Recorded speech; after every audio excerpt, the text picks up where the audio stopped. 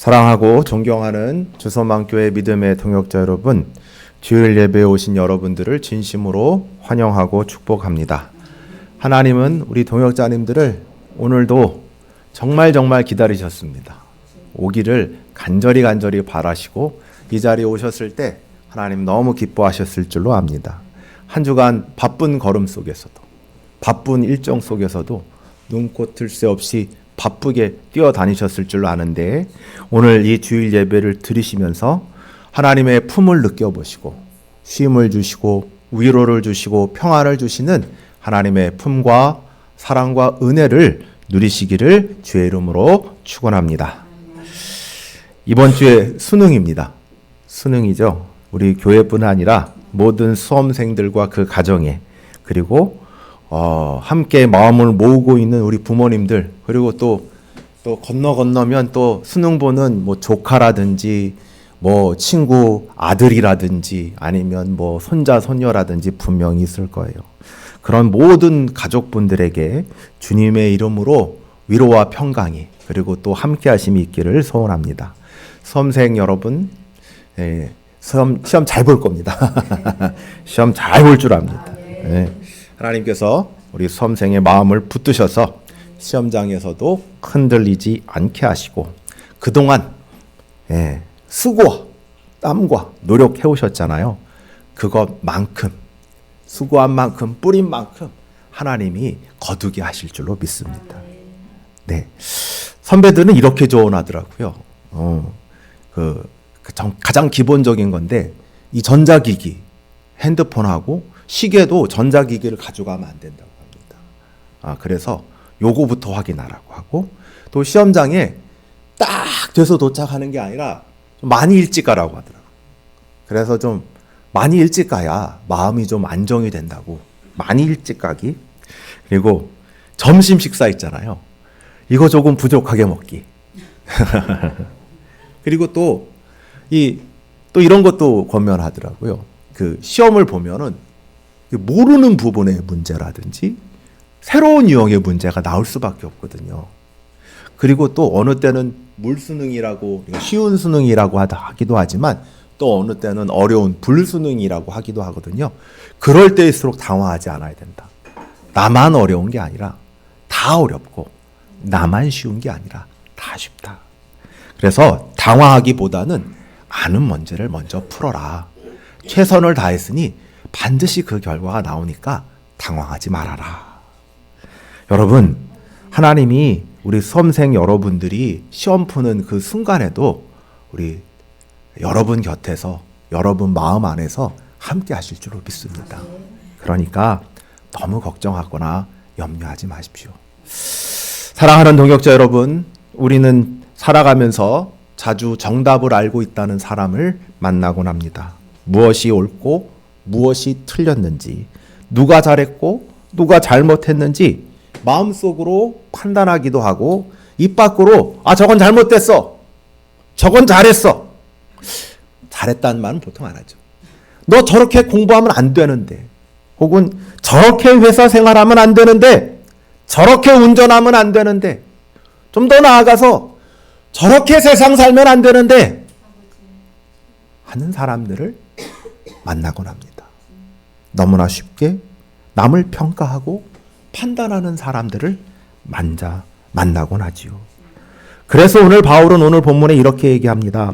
그러므로 판단하는 사람아, 내가 누구를 막론하고 핑계하지 못할 것은 남을 판단하는 내가 같은 일을 행함이라. 이 말씀은 단순히 세상의 도덕심을 꾸짖는 말이 아닙니다. 바울은 교회 안에 있는 사람들, 즉 종교적으로 도덕적으로 옳다라고 생각하고 신앙적으로 깨어있다고 여기는 사람들에게 이 말을 던지고 있는 것입니다. 우리는 신앙 안에서 남을 판단하며 나는 다르다, 나는 옳다 라고 생각할 때가 종종 있지요. 그럴 때 오늘 이 말씀을 우리에게 주시는 말씀이죠. 나는 과연 어느 자리에 서 있는가? 판단의 자리에 서 있는가? 아니면 회개의 자리에 서 있는가? 사랑하고 존경하는 주소망교회 믿음의 동역자 여러분, 오늘 이 말씀을 통해 우리가 다시금 하나님의 심판 앞에서 우리 자신을 돌아보고 그 인자하심 안에서, 그 인자하심 때문에 판단의 자리에서 내려와 회개의 자리로 나아가는 은혜의 시간 되기를 축원합니다. 바울은 오늘 본문 말씀을 시작하면서 이렇게 말하죠. 그러므로 판단하는 사람아, 내가 누구를 막론하고 핑계하지 못할 것은 남을 판단하는 내가 같은 일을 행함이라. 여기서 판단하는 사람은 누구를 말할까요? 판단하는 의미는 단순히 분별하다는 의미가 아니라 심판의 권위를 가지고 행사한다 라는 의미가 있어요.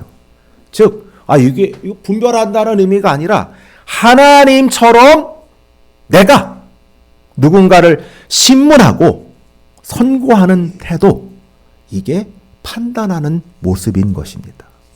바울 사도가 겨냥한 자들은 바로 유대인이었습니다. 그들은 율법이 자신들에게 있다는 사실을 근거로 우리는 저 이방인들과는 달라요. 그들은 타락했지만 우리는 하나님의 율법을 가지고 있고 제사를 드리고 있고 그 말씀 따라 살려는 사람들이에요. 우리는 저들과는 완전히 다른 사람들이죠. 그리고 바울 사도가 1장 18절에서부터 32절 혹은 좁게 보자면 29절에서부터 31절 여러 목록이 나오잖아요. 거기서 나와 있었던 죄의 목록이 있지 않습니까?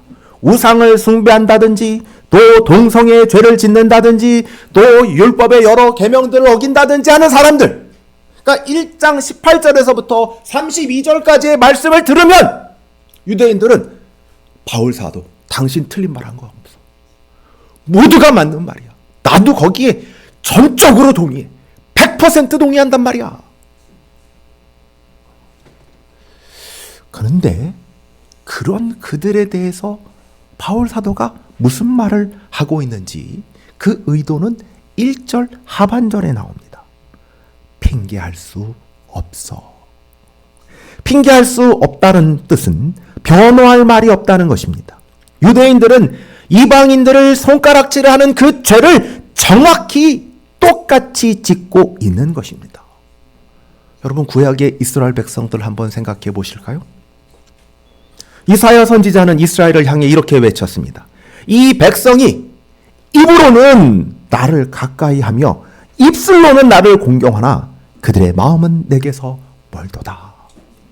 구약의 이스라엘 백성들이 얼마나 많이 우상 숭배했습니까?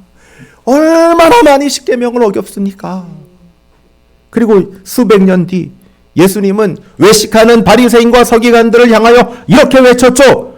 화 있을진저 외식하는 서기관들과 바리새인들이여, 너희는 회칠한 무덤 같도다. 그들은 경건의 언어를 말합니다. 그렇지만 마음은 교만했어요. 말씀을 외웠지만 말씀이 마음에는 없어요. 회개를 말하지만 남들만 회개하라는 거예요. 남들만 깨끗해지라는 거예요. 자기는 괜찮다는 거예요. 바울은 그 위선의 전통을 이어받은 차들을 향해서 말합니다.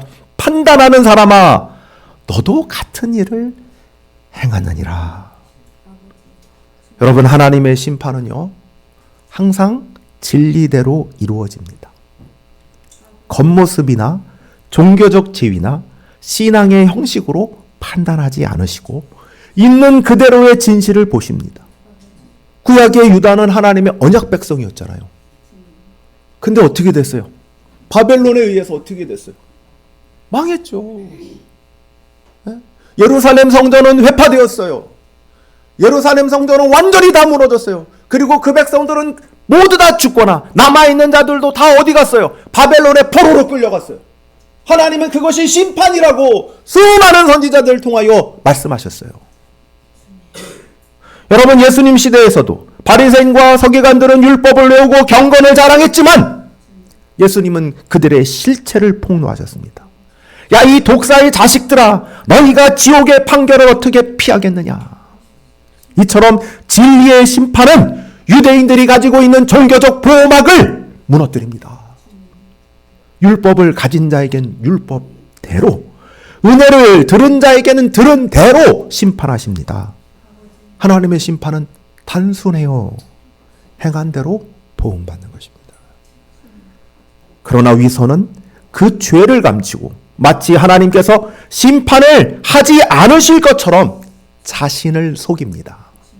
죄를 지으면서도 자신은 택함 받았다고 믿는 착각, 그것이야말로 가장 무서운 심판의 시작입니다. 죄를 지으면서도 자신은 선하다는 착각, 자신은 옳다는 착각, 그것은 이미 심판의 길로 가고 있음을 나타내는 것입니다. 이 경고는 오늘날 우리에게도 동일하게 적용됩니다. 신앙의 연조가 길고 교리에 밝고 신앙의 질서를 중요히 여기는 이라 할지라도 그 마음속에 나는 다르다라는 의식이 자리 잡고 있고 항상 자신이 회개하는 게 아니라 다른 분들, 저 집사님, 저 권사님, 저 장로님, 저 목사님, 기도 안 하니까 저렇게 되지, 믿음이 약하니까 저렇게 되지, 저런 실수하면 안 되는데, 이 말들 속에는 하나님의 판단의 자리에 앉은 게 아니라 내가 판단의 자리에 서서 하나님 중심이 아니라 내가 중심이 되어서 판단하는 자리에 있는 것입니다. 사랑하고 존경하는 주소만교회 믿음의 동역자 여러분, 우린 지금 어느 자리에 있습니까? 혹시 누군가의 부족함을 보고 말할 때 그 속에 은밀한 우월감이 숨어 있지는 않습니까? 그렇다면 바울 사도는 이렇게 말합니다. 남을 판단하는 사람아. 여러분, 우리가 이렇게 판단의 태도를 품을 때요, 놀랍게도 복음의 은혜는 멈춥니다. 그러나 우리가 우리 자신을 돌아보며 회개의 자리로 나아갈 때 복음은 다시 흐르고 생명은 다시 살아납니다. 판단은 교회를 닫고 회개는 교회를 살립니다. 하나님은 여전히 회개의 문을 열어두셨습니다. 진리의 빛 앞에 설 때 우리는 부끄럽지만 동시에 자유롭게 됩니다. 3절에 바울 사도는 다시 묻습니다. 이런 일을 행하는 사람아, 내가 하나님의 심판을 피할 줄로 생각하느냐? 이거는 몰라서 묻는 질문이 아니죠.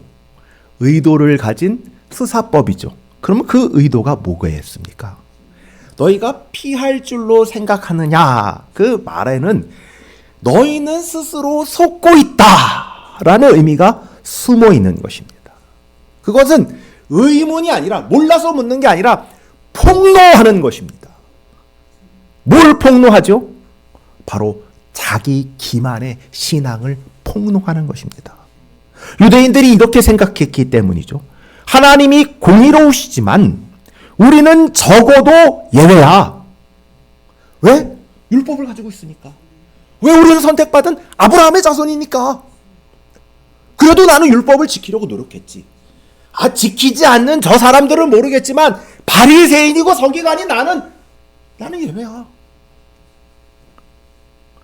그의 논쟁 상대, 즉 바울 사도의 논쟁 상대는 율법과 신앙적 특권을 가진 유대인들이고 그들의 논리를 폭로하고 있는 것입니다.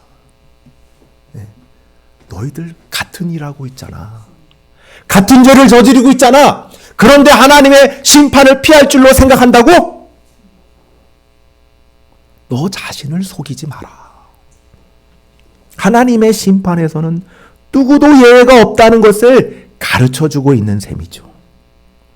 유대인들이요, 하나님의 심판을 피할 수 없다고 생각했던 이유는 좀 아이러니하게도 이 유대에 나타난 긴 은혜의 역사 때문이었습니다. 오늘 본문에 보니까 하나님의 인자하심과 용납하심과 길이 참으심이 오히려 이런 자기 기만의 근거가 되었던 것이죠.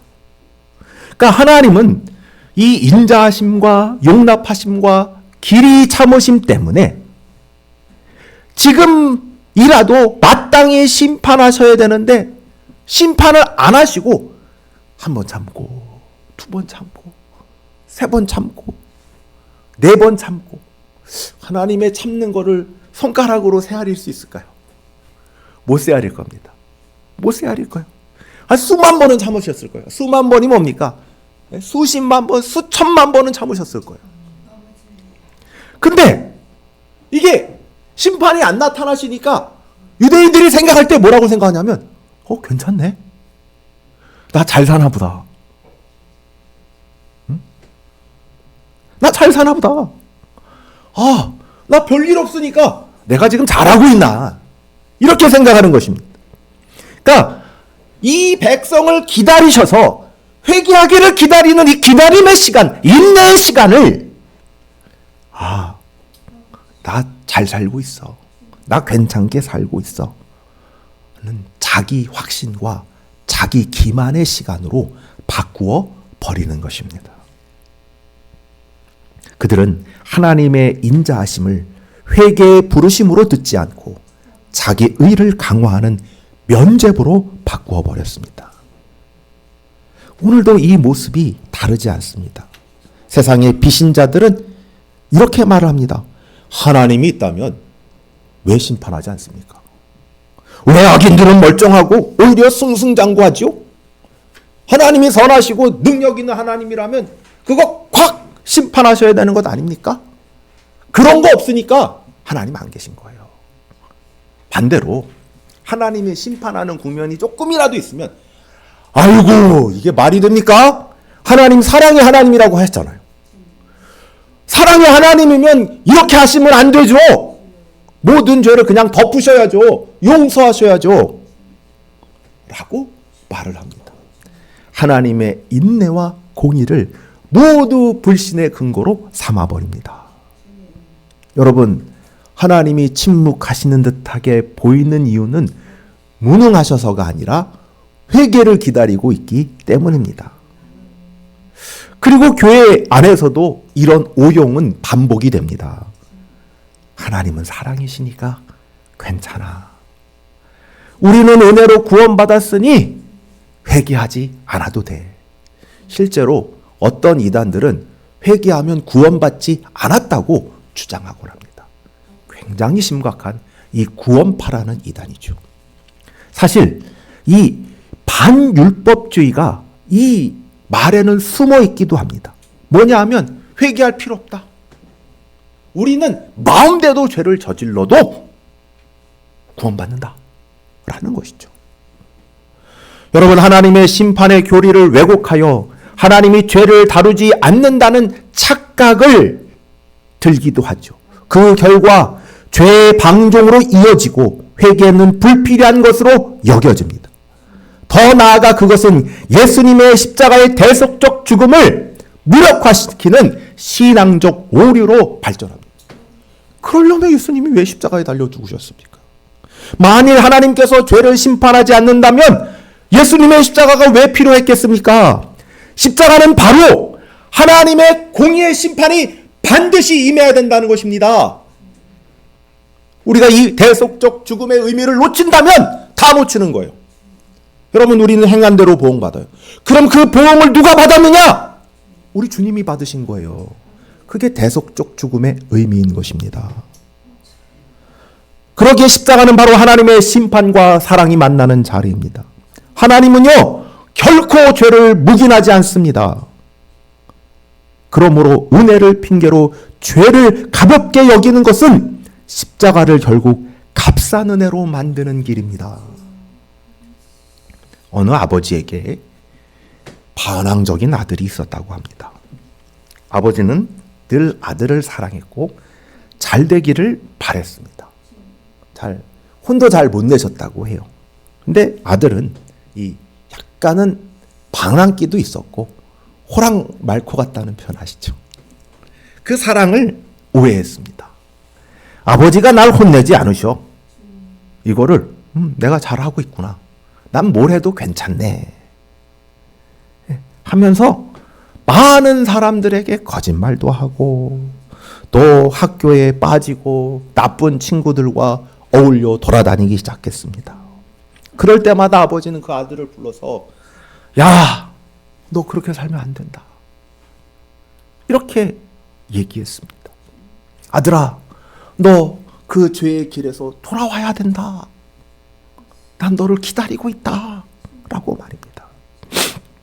하지만 아들은 이거를 회개의 충고, 돌아옴의 권면으로 받아들인 게 아니라 이 정도면 내가 마음껏 말썽 피워도 되겠네? 하는 신호로 받아들였던 것입니다. 그러던 어느 날 친구들과 폭력 사건을 휘말렸습니다. 학교에선 퇴학을 당했습니다. 그 많던 친구들은 손가락질하며 떠났습니다. 친구들이 떠나니까 모든 것이 무너져 내린 것 같습니다.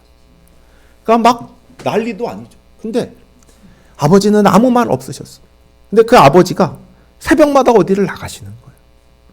저 아버지가 어디를 나가시지? 하면서 아들이 아버지를 뒤따라갔다고 합니다. 아버지가 한 교회로 들어가시더니 눈물로 아들을 위해서 계속해서 기도하고 있는 것입니다. 그제야 아들은 깨달았다고 합니다. 아, 아버지가 날 기다리고 있었구나.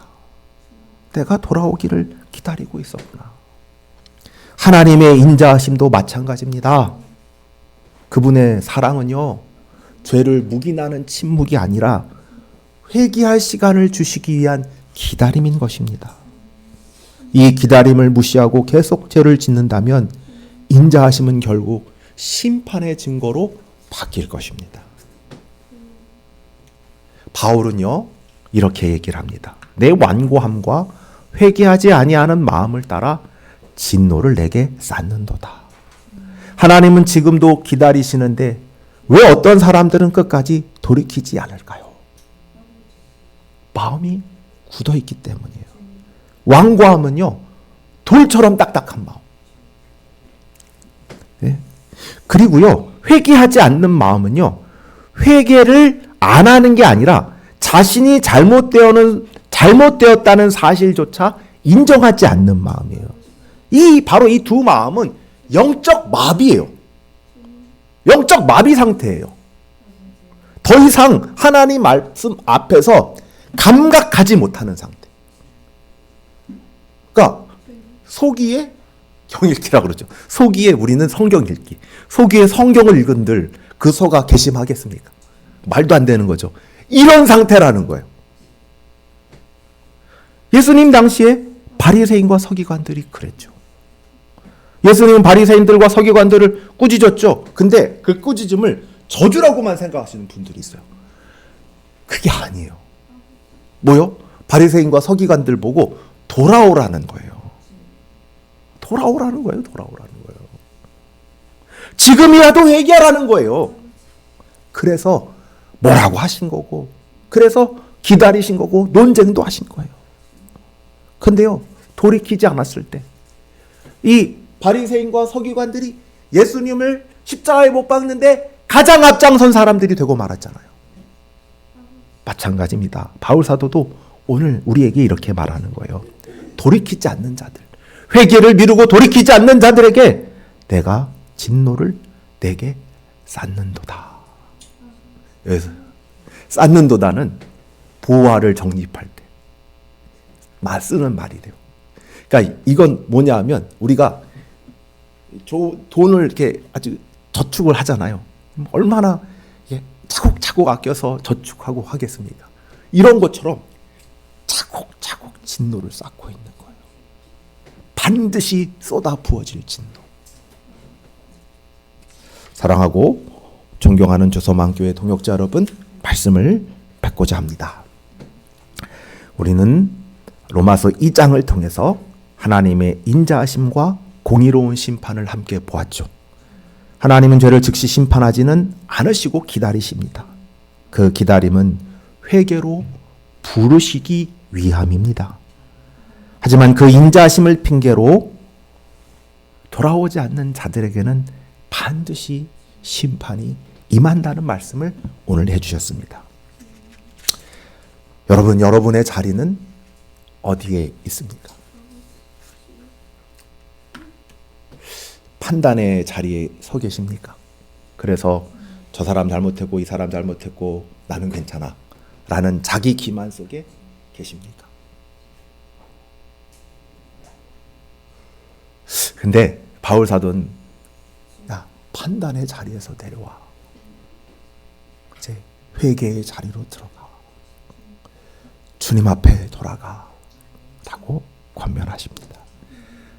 사랑하고 존경하는 주소망교회 믿음의 동역자 여러분, 우리 하나님의 기다리심이 끝나기 전까지 그분의 인자하심이 은혜로 작동하고 있는 그때, 그 오늘 그 부르심에 회개로 응답하시고 이 나라와 민족이, 우리의 가정이 회개로 응답하시기를 기도하시는 동역자님 되어지기를 축원합니다. 기도하겠습니다.